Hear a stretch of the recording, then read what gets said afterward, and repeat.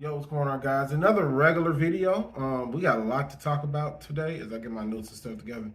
We have a lot to talk about today. Let's get it started. We're talking about college guys. So, we're going to talk about Anthony Richardson, and then we're going to talk about C.J. Stroud. We'll get into some Lamar Jackson stuff. Let's get it going. So, C.J. Stroud, 41 passing touchdowns this year. On the NFL website, which I'll leave in the description, it says his comparison is Jared Goff. Now, I kind of want to piggyback off that. I think he can be better than Jared Goff. I think that's his floor. I think his floor is Jared Goff. I think his ceiling could be Deshaun Watson. When I watched him play, especially against Georgia in the semifinals, he looked like Deshaun. He looked like Deshaun Watson to me. Like, just the smoothness in which he plays with, just the thought process and the way he sees the game. He can run, but not necessarily a runner. He just gives me Deshaun Watson on the field vibes, right? So I think his ceiling is Deshaun Watson. I think his floor could be Jared Goff. With Jared Goff, he took the Rams to a Super Bowl. He's the #1 overall pick. He played well last year. Outplayed Aaron Rodgers at certain points of the season. So, Jared Goff is not a slouch. So, but we also have to realize the curse of Ohio State quarterbacks. I love me some Fields, but he hasn't been the best. And every other Ohio State quarterback previous to Fields has been either meh or bust. So that's also something we have to look at when we're analyzing CJ. And also another thing, he has some of the best receivers in the country. He had Marvin Harrison Jr., and I don't know his name, number 2, who plays for them as well. I'm not a college guy, I just break it down. And as well as all the other big-time players he had on the offense. So, is it going to, because I don't think he's going to play with anybody in any of the first 5 picks. I don't think he's going to have a receiver that's better than Marvin Harrison Jr. coming into the league. So that's also something to watch out with. They have so much talent at Ohio State that it might just be a talent thing, but I think he can do it.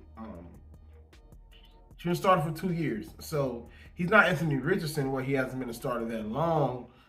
He has some snaps and he's played some big ball, but you got to take that into account. He played biggest in his biggest games as well. He played well in that semifinals game against Georgia. Georgia won the national championship. Georgia is essentially, that's an NFL team he went up against. So he played well in that game. I think he'll be fine. I just have to see. But my floor is Jared Goff. My ceiling, I think, is Deshaun Watson on the field. So let's get to the curious case of the most interesting pick in this coming up draft, Anthony Richardson.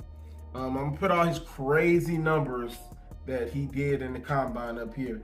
But I haven't watched Undisputed Today Monday as we're recording. And I'm sure Shannon said something along the lines of, combine don't mean much. So now I'm supposed to disregard everything that I saw Richardson do at Florida, everything that I saw Levis do at Kentucky. And because they came to the combine in shorts and a t-shirt, run fast, jump high, and says, you know what? They should be in front of Bryce Young. They should be in front of C.J. Smith.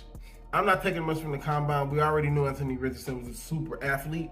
So I don't know why we're tripping off it and why he's moving on draft boards, because he told us something that we already knew. But we have to look at all the numbers. He hasn't played much football, and he's not accurate enough as you need him to be in the NFL. I was watching some of his lowlights, and it's like, oof.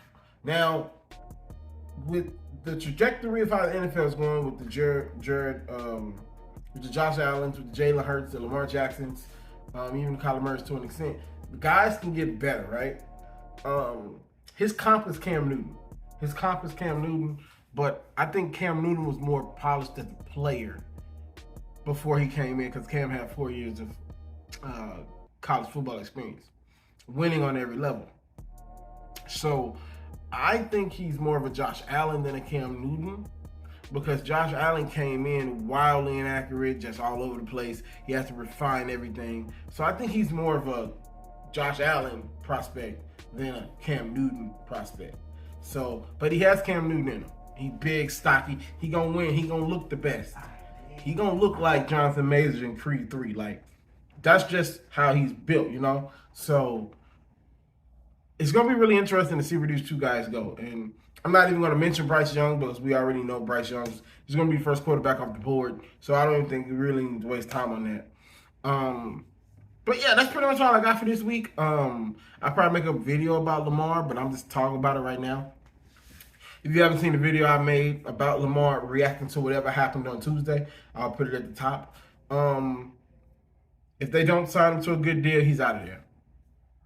Simple as that. He's out of there. I don't see him playing another snap for Baltimore. I think he would take a pay cut in order to play somewhere else. So that's really all I got right now as Monday as of this recording. So that's all I got for you guys. Real quick video. I just wanted to get my thoughts out. Give you guys a sit-down video on Wednesday for the first time in about 3 weeks. So, yeah, that's all I got. I'll see you guys next week if something crazy in the NFL happens. Stay tuned to my community tab. I post regularly there. Peace.